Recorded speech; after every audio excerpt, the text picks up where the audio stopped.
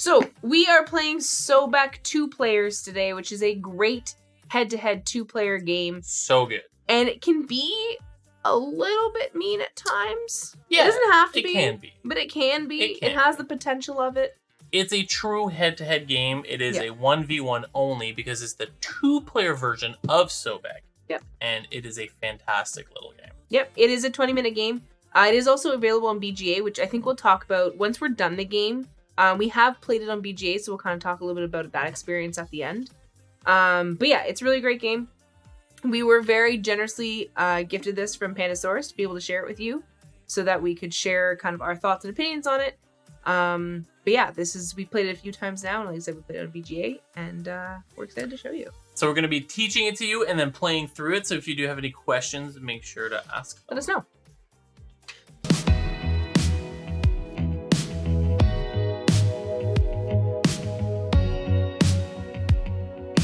Okay, so in Sobek 2-player, the goal is to get the most amount of victory points by the end of the game. So obviously the person that has the most is the ultimate winner. You get victory points by first buying goods and then selling goods for victory points at the end of the game. That's about the gist of the game. You can either very simple get a good from the board, good or character, I'll say, so get a tile, use a character, which we'll get into, or you can sell your goods in order to get victory points by the end of the game.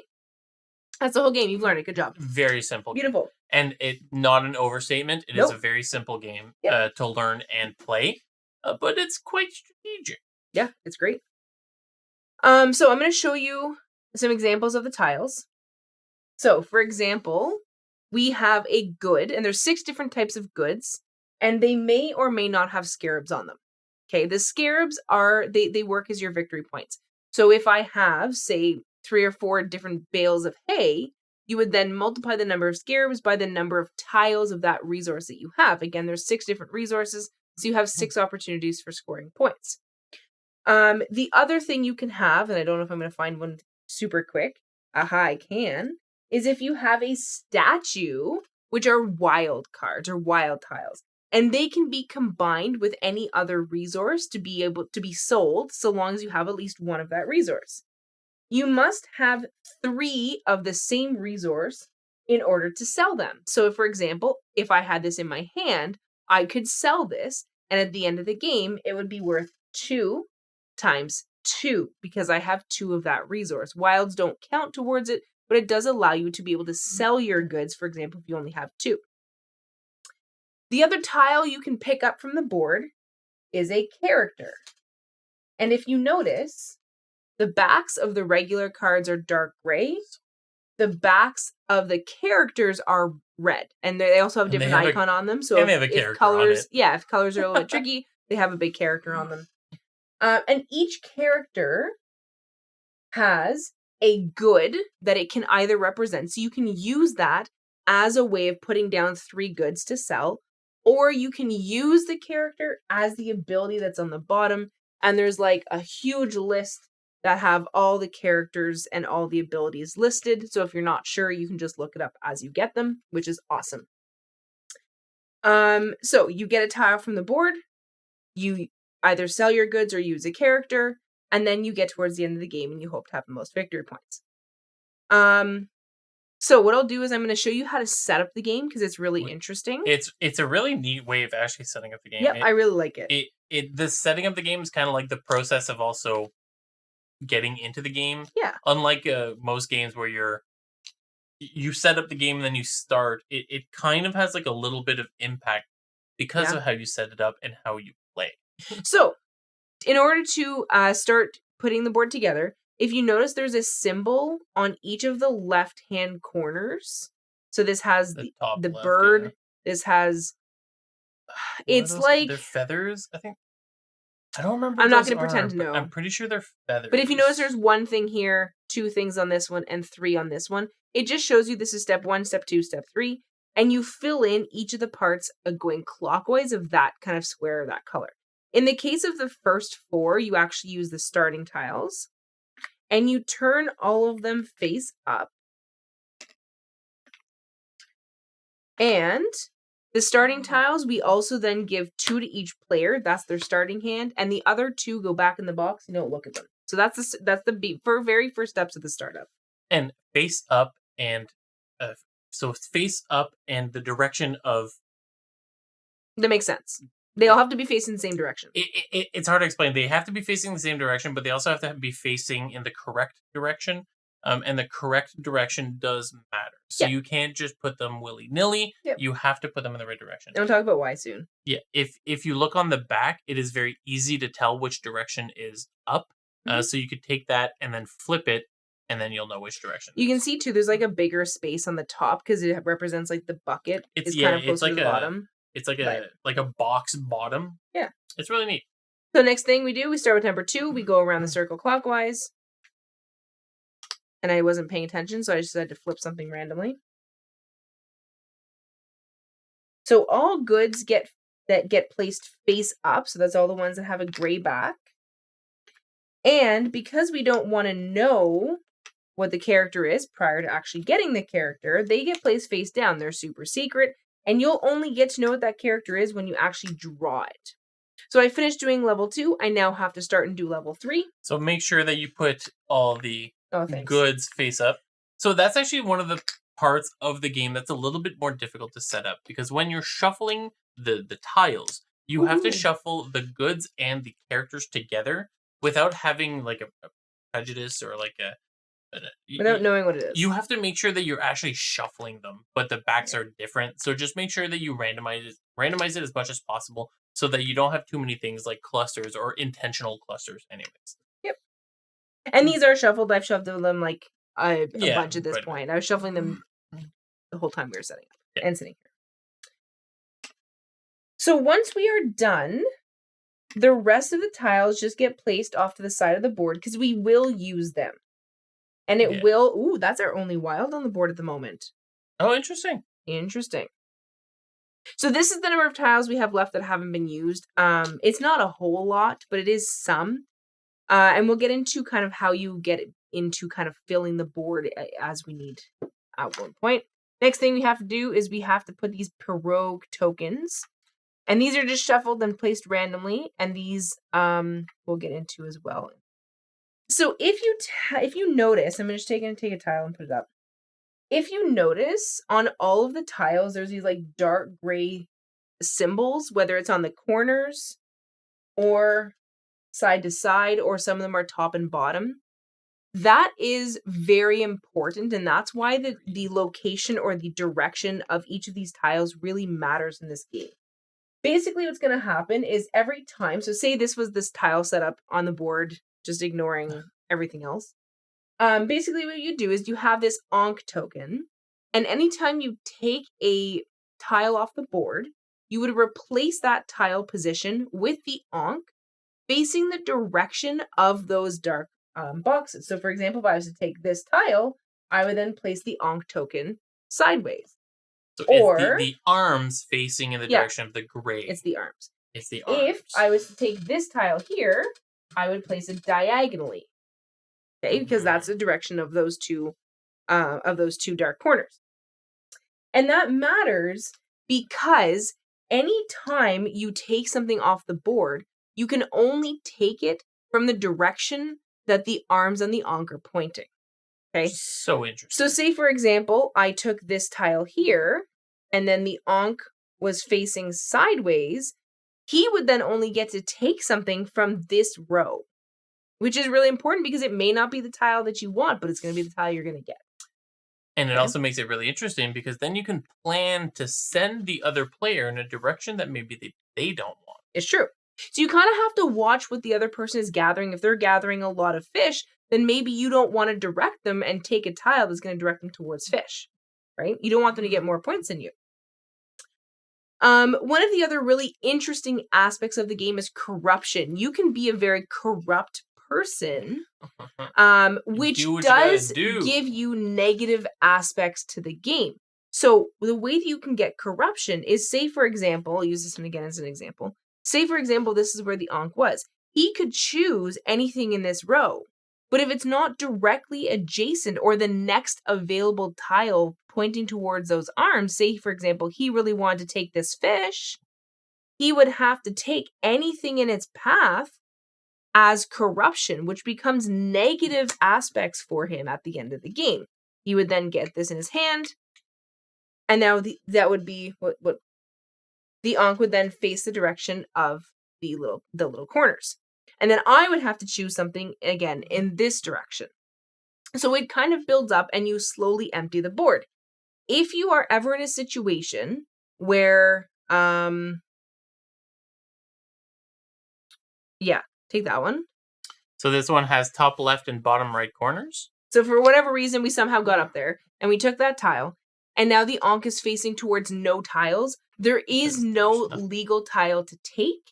In which case, assuming that there's tiles left to fill the board, you would remove the Ankh and fill the board in the same way that we filled at the beginning. Starting in the middle, fill it, then the second, and then the third. If it doesn't have enough to fill the board completely, you fill as much as you can, and you just kind of go with whatever's left over. We'll talk about, I guess, scoring when we get to the end. Yeah. There are some coins that are worth varying amounts of victory points. So if you get to gather a coin for some reason, they have victory points listed on the back with various denominations.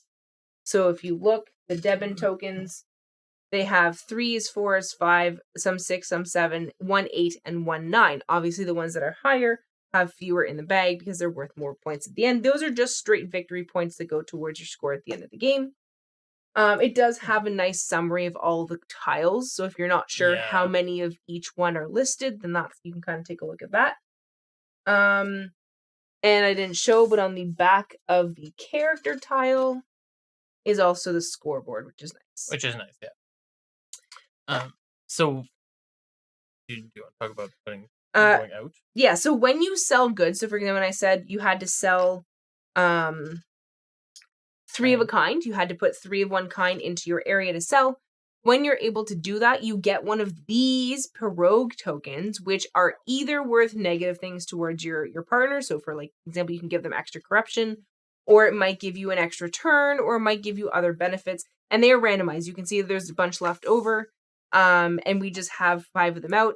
And as soon as you sell a set, you're able to pick one up. You get to see them all, so you choose. Yeah. That's true.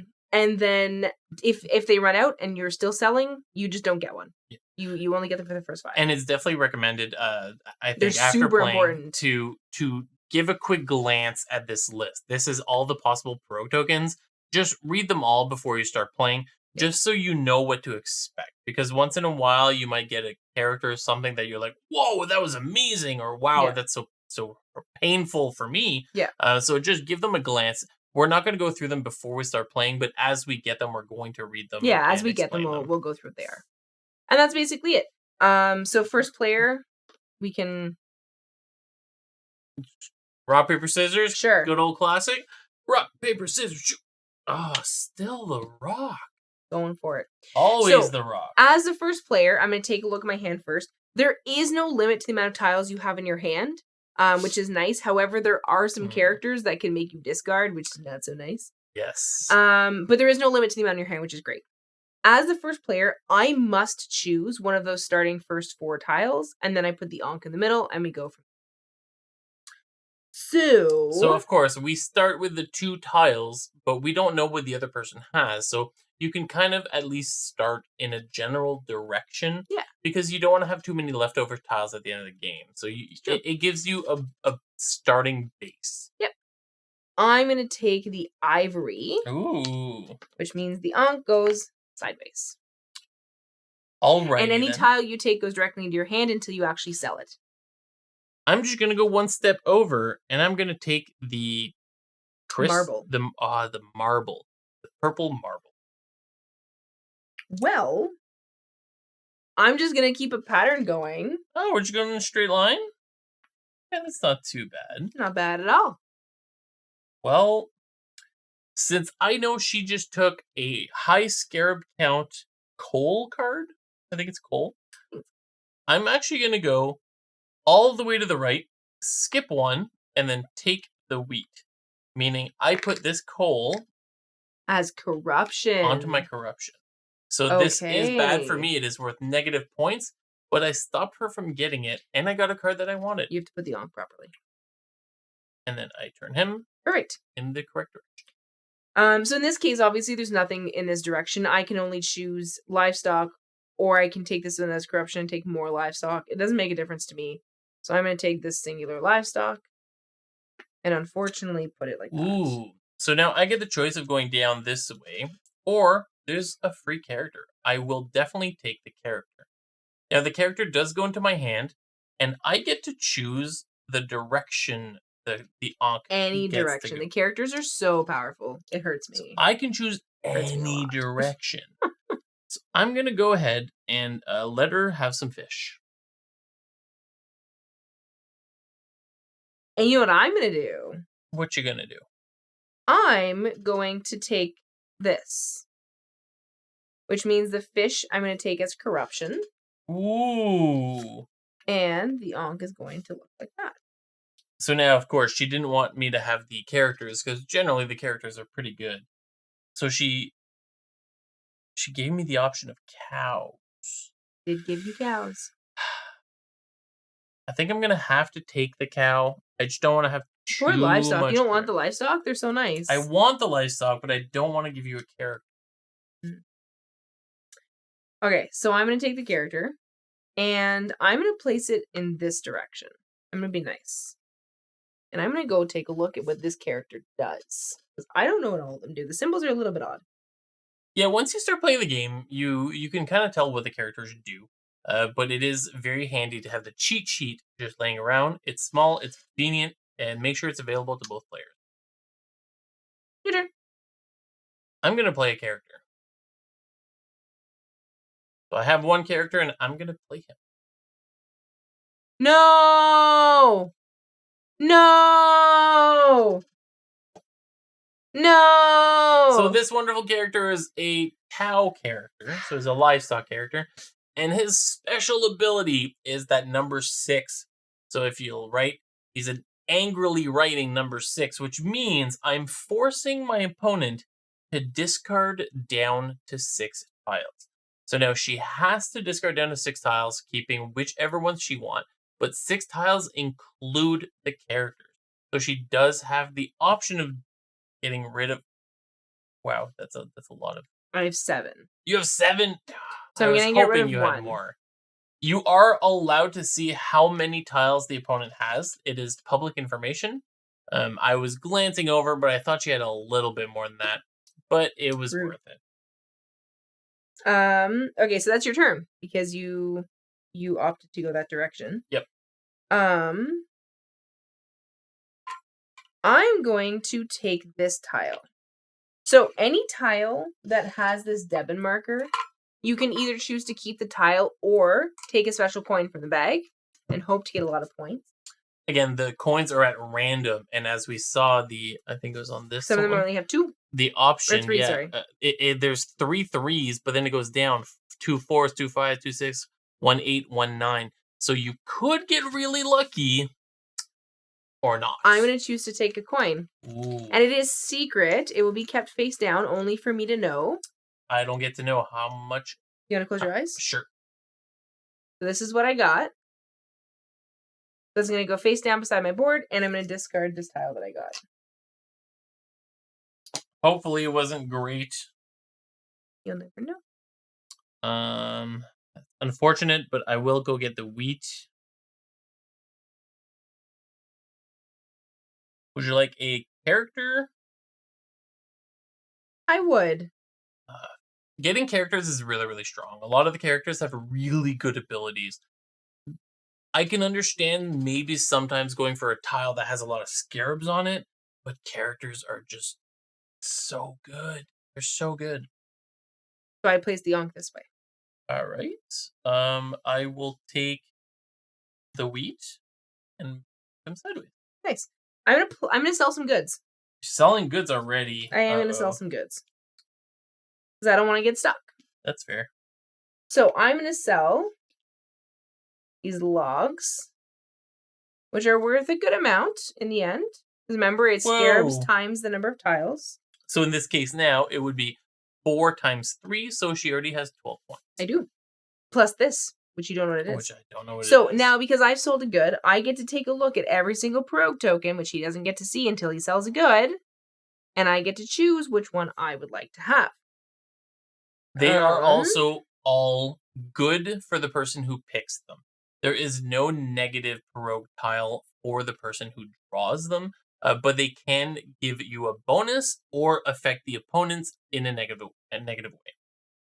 They're always good for you. Hopefully it's not that bad.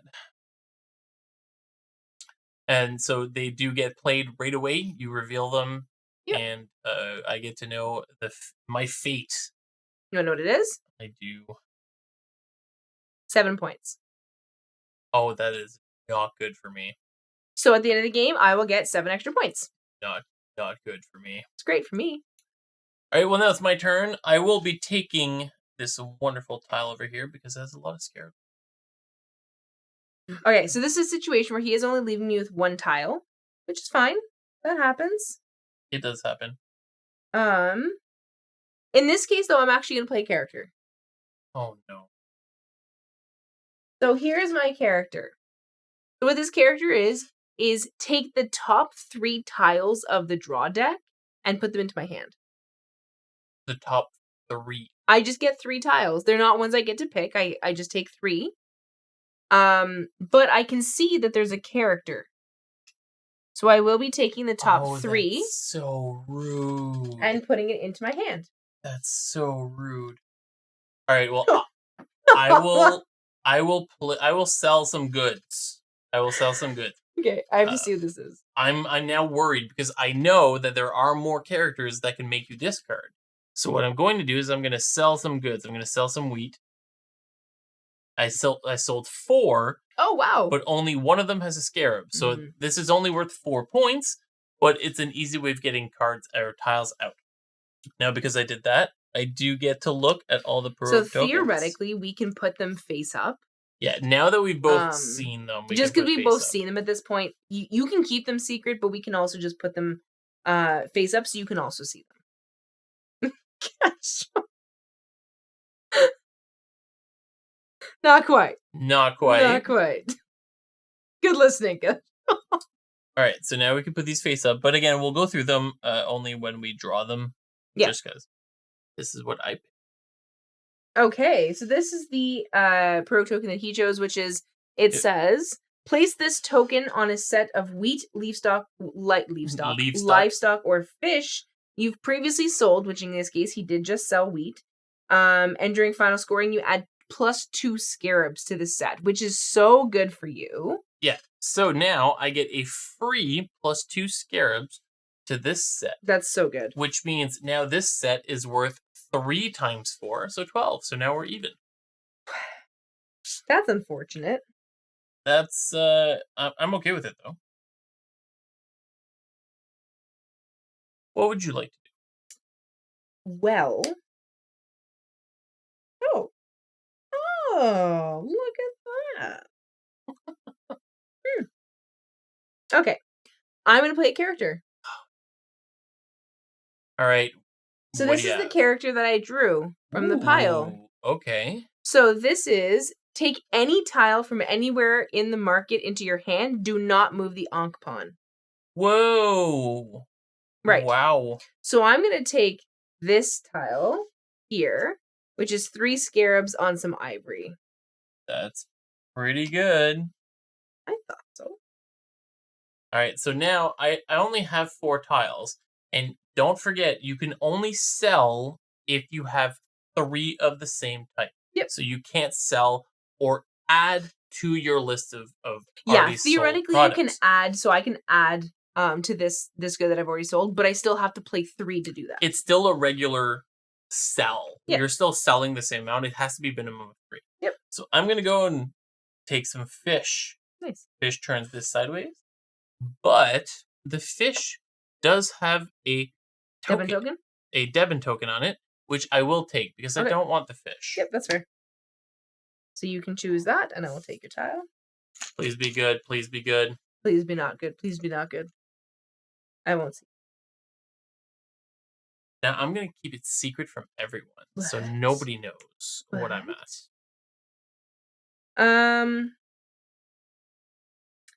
Interessante. What would you like to do? That is a great question.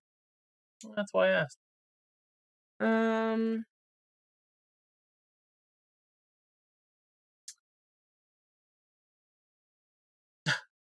Big decision. Yeah, because I'm debating. That's what I love about this game. It's so tactical, but you don't have to think too many moves ahead. No, it's not like something like chess where you really have to plan, do things ahead of time.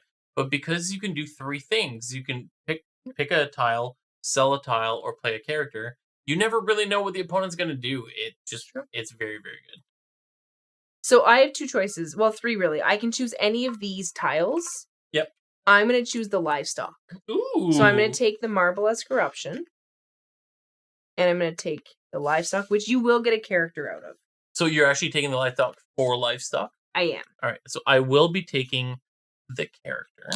Okay. And you can choose to put that in any direction you want, so long as it's pointing at least one tile. So when you're placing it from a character, you can't place it like this because it's not pointing at anything. He has to place it in one of the directions that it points at something. If possible. Yep. So you're pointing at the fish? I am. So I will be looking at the sheet. I see. I'm gonna sell. You're gonna sell? I'm gonna sell. All right. Good stuff. So I'm gonna sell my livestock. Okay. Which only have 2 scarabs for these tiles. But it's still worth points. It's still worth 6 points. 6 is better than none. Yep. So I'm actually gonna sell goods. Are you now? But I'm gonna do it a little bit different. Okay. I'm gonna use a character as a good. Nice. Okay, so perfect. Instead of using the character's ability, I will be placing it down as a good. Very so nice. Now marble, I have 3 marble with 2 scarabs, so this is worth 6. So we're still basically tied. We're pretty much tied. That's correct. Yep. Amazing. Is that your turn? Yep. Okay, I'm also going to sell goods. Oh. Yeah. So I'm going to sell my ivory. But I don't have 3 ivory. I have a wild that I would like to use because I don't want to get stuck at some point not being able to play my ivory. So I do want to play my ivory. That's fair. All right, well, I will be taking the fish. Fair. Which means I get a character. You do. Which is why I was waiting. But now you get to choose which direction. You know what? I mean, I don't want you to have a character. I'm okay with that. I will take the wheat, but that means she gets another character. Shame. I am currently holding 3 characters and nothing but that. Oh wait! Oh my goodness! So many things. What? I sold twice and did not get a token. Oh. You sold and didn't get a token. I sold first my livestock. You did. So I'm going to. Just don't take the last one. Yeah, I'm going to take this one, which is worth an additional 2 coins, I think. Let me double check. 2. So it's draw a random 2 and keep this token. Yeah. And then it's also worth 2. So you draw 1 token, and then you get an. Yeah, draw a random one. Then you get to draw. Yeah, so I will be taking this tile. This tile has an eye on it, and then little symbols. So you draw 2 and you keep 1. Hi, Steph! Hello, Steph! Have fun! That's okay. So I get to look at 2 of them, which is always really nice. So I get to look at 2.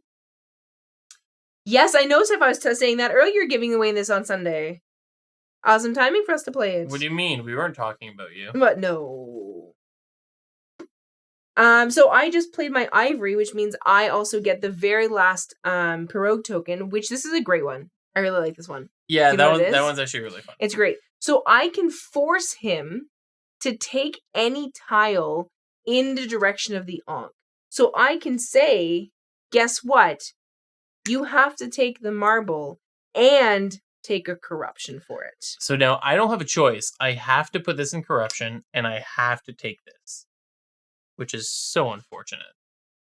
It's beautiful.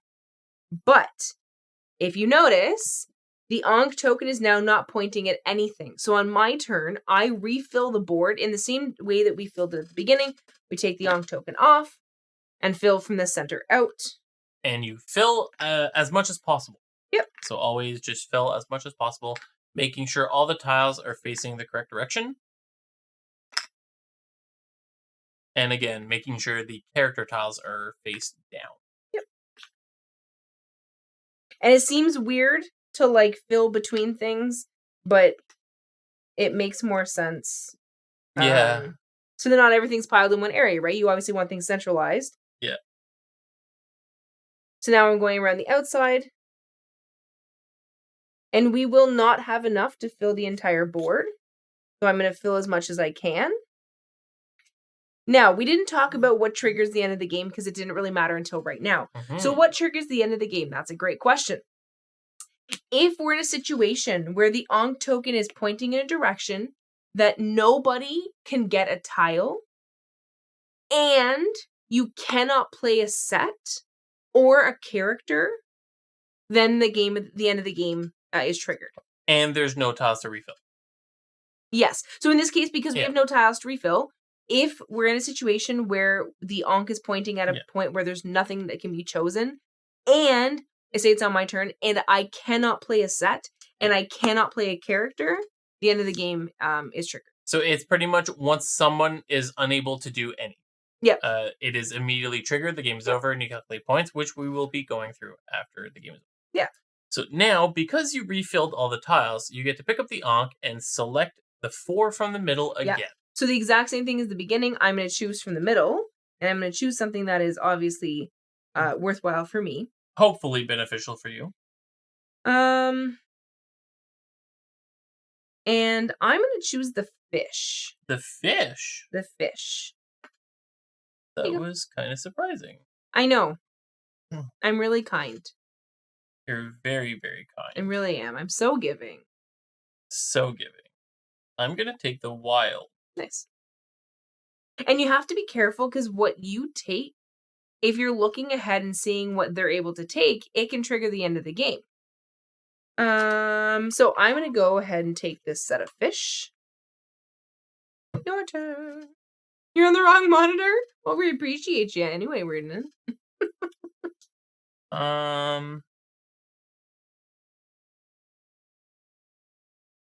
Lots to choose from. I'm going to take this wheat. Are you taking the Debon token or are you taking the tile? I'm going to take the tile. Okay. I see how this goes. Yep. No worries. So would you like a wheat or a wheat? Yeah, so in this case, I only have one option. So I have to take the wheat, or I can choose to play a character, but I'm going to take the wheat. I will just take the fish for the sake of taking fish. Okay. I'm going to play a character. Uh-oh. And that character is I can remove all of one type of corruption. Now, unfortunately, I have 2 different types, but I can choose one of them to get rid of. You know what? That's better than nothing. And it just gives me less corruption at the end of the game. It's literally better than nothing. Yep. If you're able to plan, like maybe if you get that character early and you can plan to take a lot of corruption of one type, then just bring it right near the end of the game, get rid of a bunch of corruption, making sure you don't get those negative points. That's true. It can be really, really strong. True. I will take this tile here, and I will not take the token. Perfect. I'm going to take this one here. I will actually take this one.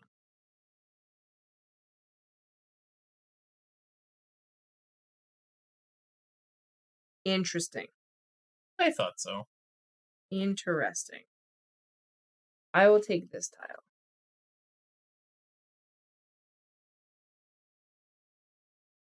What you thinking? I will sell some goods. I'm going to sell 3 of my purple goods. The marble. So now my marble line is very, very long, worth a good amount of points. Wow, good job.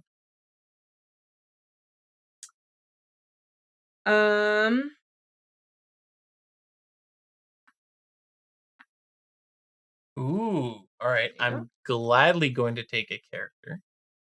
And you can place it however you like. I'm going to place it sideways, giving you the option of a wild, but you know what? I'm going to take that wild and giving you the option of fish. The option of fish, you say? The option of... I'll take the fish. Great.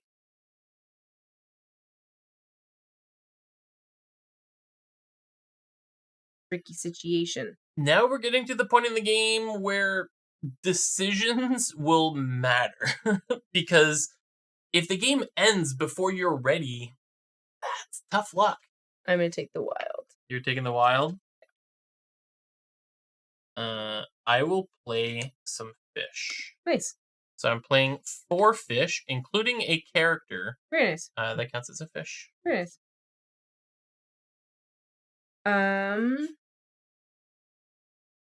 I'm also going to play some fish. Oh, really? Oh, we're just playing fish right now? Yep. All the fish. I'm going to move these up. See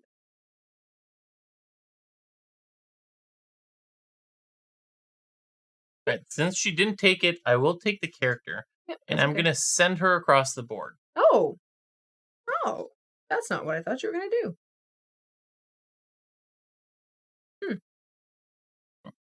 Interesting.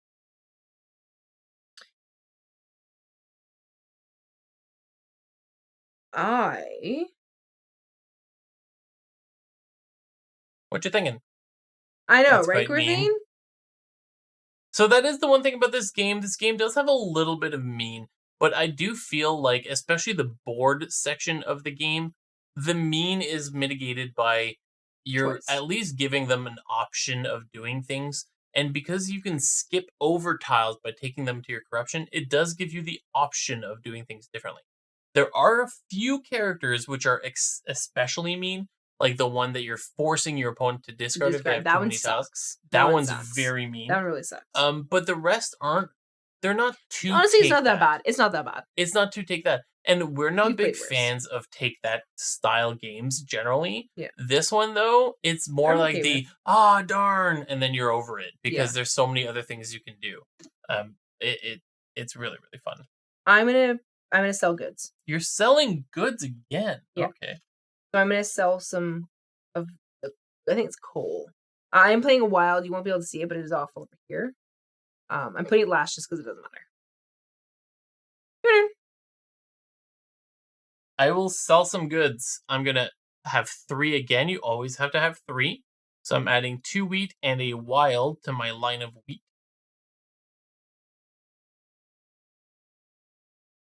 That's rude. Why is that rude? I wanted you to take the livestock. Oh, I understand. Well, that's not happening.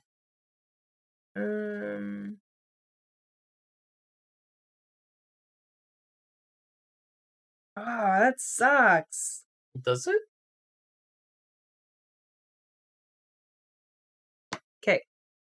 I'm going to take the wild. Whoa, really? Which means the livestock is going as corruption. Right, so the wild was diagonal, which means that's the only option. It is. It is the only option. I'm going to play a character. Okay. So this is the architect. So I randomly draw 3 of the Perot tokens that we set aside at the start of the game because there's a bunch. I draw 3, I choose one, and I use it. Oh, this is a brutal character because some of these are so good. And I get to draw 3 and choose the one I want. Okay, this sucks because I know for a fact that there's 2 take another turn tokens in there. And because we didn't have any out. Oh, this is going to suck. There's a better one for me. Is there? So I did get the take another turn token, which I can do 2 things in a row. Okay. But this one's better for me. Okay, what is it? Oh! So it is another 2 scarabs for either wheat, livestock, or fish. And my wheat line is getting really long. So I'm just doubling that value. Oh my god. So I think that was a good pick for me. Oh my goodness. Okay, so that is the end of your turn? Yeah. Okay, so I'm taking this, which means it goes in that direction. It's a up-down, right? Yep. So unfortunate. I have to take this tile, and now it is no longer facing any direction. Yeah. So if I can't play a set, then it's the end of the game. Hello, Kimmy! Hey, Kimmy! Thankfully, I can play a set. It's lucky for you. So I'm going to play my ivory. Oh, that's not... So I'm just going to move these over so we can see them better. That's so not good. That's a lot of points. It is a lot of points. So back to you. Do you have anything you can do? I can't do anything. No! Do not do that to me! I don't have a set. I only have 2 cows and 1 coal. I don't have a character, and I can't pick up a tile. That means the game ends immediately. Okay. She cannot play anything else. So here's the best part about the ending. If you have a full set, in which case I do, they get removed. Mm-hmm. Okay, so if you can form any sets, they get removed and put off to the side. If you cannot form a set, it all becomes corruption. I love it. So it is definitely something that you want to make sure to always be able to have a set, because if not, it is a pretty big negative. Yeah. So in this case, also, hi, Kimmy! In this case, I'm just going to put this here because we don't need these tiles anymore. I'm just going to put it in the middle. And that's not the right one. Oh, you wanted this? I want that. We're gonna took it from me. We're gonna put the victory point track down on the board. Yep, so we can see it. So the victory point track is quite fantastic because it is a 2-player game. You don't need a lot of tokens, so it does come with 2 little cardboard tokens. Yep. But it also does kind of tell you how to calculate things. Yep. There's these little pictures here that show every type of resource, and there's scarab multiplied by the amount of tiles of each resource, plus the coins that you acquired over the course of the game. That's it. That's it. That's what you calculate. Now, before we get into scoring, though, we have to look at corruption. We have to see who is the most corrupt person, which is not me. So I automatically draw a debit token for not being corrupt. I was unintentionally corrupt. And I'm just going to double check the actual things here because it's a little bit funny. So, for the person who has the least corruption, draws 1 debit token, plus 1 for every 3 tiles fewer. So because I have 2 and you have 5, I end up drawing 2 debit tokens. That's so unfair. So super secret, not going to show anybody. It's just a straight victory point. As like an air of mystery. It doesn't matter what she draws. It is just straight points. So helpful. Straight points. So that's how corruption can impact you. It doesn't necessarily give you negative points. However, it gives me positive points if I have fewer. So that's all about corruption. I'm going to be the reddish color. You can be the brownish color. Okay. So we're going to score each of our resources. So why don't we go down and compare similar resources? So I have the black. I don't know what it is. I think it's coal. Coal. Sure, let's say or coal. Charcoal, maybe. So I have 1, 2, 3, 4 scarabs times 1, 2, 3, 4, 5. It's 10 points. It's 20 points. Oh, that's 20 points. That is 20 points, mister. So I go around. 20 points from my coal. You have no coal? Nope. Okay, let's do livestock. I'll just go down mine. Okay. I don't have livestock. 1, 2 times 3, which is 6. Ivory? Nope. It's funny that you didn't have any of the same. No, we didn't share resources. So ivory, I have 6 times 4. 24. Which is 24. So 1, 2, 3, 4 times 50. So I do get to go plus 50. And fish, you do have fish. I do have fish. So we'll both score for fish. So I get 2 points times 3, which is 6. I get 2 scarabs times 4, which is 8. Nice. Okay, so let's go through the last 2 resources, which you have. So for my wheat, I have 1, 2, 3, 4, 5, 6 times 6. So 36. Oh my goodness. 6, 44. Wow, good job. And then my marble? My pink marble, I have 1, 2, 3, 4 times 6 for 24. Dang. 1, 2, 3, 4. So 48, 58, 68. So 50, 18. 68. Whoops. And the little cardboard tokens do flip over to show you that you're now past 50. Yeah. Now, the last thing we count is all of our lovely coins. How do you have so many? I'm the best. Oh, that's so unfortunate. So why don't we start with me just to see if I can win this. Sure. So I have 5. 2, 3, 4, 5. And 6. 1, 2, 3, 4, 5, 6. Which is an okay haul, but so you have 79. Yeah. That's my total score. Okay. So I get 7. 7, 2, and that's just the ones you can see. Let's do the super secret ones that they know right now. So 8. Oh, 1, 2, 3, 4, 5, 6, 7, 8. And then 7. 1, 2, 3, 4, 5, 6, 7. And then the 2 I just drew were unfortunate. They were 3 and 3. So 1, 2, 3. 1, 2, 3. Wow. Okay, that was really close. So it was 79 to 85. 86. 86. Sorry. 86. I read the 35. 79. Oh, that was. So that is how close it was. If you didn't get those 3 tokens at the end, we would have been 1 point off. Yeah. That's how close it was. Yeah, the corruption really matters. Yeah. It can make a difference. And it's really too bad because my last... And I got the lowest amounts for corruption. I got 2 3s, which is the lowest tile amount. But my last 2 tiles were livestock. If I were able to put those down, that would have given me 3 points.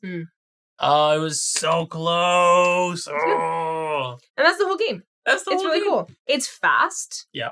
I love this Ankh token. I think it's really neat. It's a really neat mechanic that what tile you take absolutely matters because it depends on what the next person... It tells the next person basically what they have to take. Yeah. But it's so cool too that you're not forcing them to do something because you don't know what they're going to do. They might not even take a tile. Yeah. So maybe you're trying to force them. You're like, yes, they're going to have to take that tile. They get livestock and then they go and sell goods. They sell goods. Play a character. And then you're like, oh, now I get livestock. You're stuck with it. Shame. Things can change really quick. It's not too cutthroat, no. But it is a really good heads up game. This is our 5th time playing in a week, like less than a week. Yeah. And every single time I've enjoyed myself. Yeah. I've loved this. And every single time it has been a close game. Yeah. I think we played one game where you got I think it was 20 points more than I think it was our first game. I think it was our first game. You ran away. But every other game, it's cutthroat. Yeah. It's to the line. The points matter. Every decision counts. Yep. You never feel like you're out of the race. You never feel like you're getting destroyed. And you never I really like it. I think it's a really cool game. I think the biggest part is you never feel like the decisions of the characters will completely ruin your game. Yep. Forcing you to discard down to 6 is brutal, but it doesn't matter that much. Nope. So I think it's a well-balanced game. And if you end up taking a tile that you didn't expect, then maybe now your strategy is to get more livestock. So you can score those points that you weren't maybe expecting, right? I wasn't expecting to take livestock, and then I kept getting them, so I was like, I guess I'm scoring some for livestock. I didn't get a lot, but you got 6. I scored something. The thing is, 6 is worth a lot more than 0, so... Yeah. And now the other thing is we have played this on BGA. So this is available, I believe, for premium if you have your premium membership. Yeah, it's on premium on BGA. Which is, it is what it is. If you know somebody with premium, you can get them to start the game and then play with them. Now it is on BGA, and I found it worked well. It was the game worked. It worked great. in a pinch. Yeah. It was well designed. Yeah. It just wasn't as much fun. At least for us. Yeah. I found we had played for the first time on the table, and then we played on BGA just to see the difference. And I obviously much preferred on the table. And that's the same with any game. I always preferred on the table, right? It's not just to say this one. I always prefer them on the table. It worked. There's something to this game where picking that Ankh tile, picking up that tile, and deciding where to go, being able to see it on the table definitely does have a good feeling. Where it worked great on BGA. It did exactly what it was supposed to do, but it didn't have that feeling of satisfaction of choosing the direction and being able to see it properly. Yeah. But if you want to learn the game or try it or just play it for fun, it was fantastic on BGA. The only thing I found is some of the animations went really quickly. So we weren't necessarily able to keep track of like the goods that I had versus the goods that he had. Yeah. So it was a little bit of a tricky like memory game almost. Yeah, you have to make sure to look around, but I think that's something that you can but get used to. I think that's just more of a me thing. Like I'm never super aware when it's on like on an online platform. I'm never very good at that. So that could just be me. But yeah, it worked well in BGA. But if you have a chance, I do suggest playing on table because it is really satisfying. And it's a nice little box too. Super so small. if it's something that you actually care about the size of the box, for size of the box, it's similar to it's actually I think a little bit smaller than like Welcome to, a similar size to Corinth, maybe a little bit thicker. Yeah. But that same size kind of box with like a big game in such a small box, I think. If you're looking for a solid 2-player game, definitely check out Sobek 2-player. Check it out.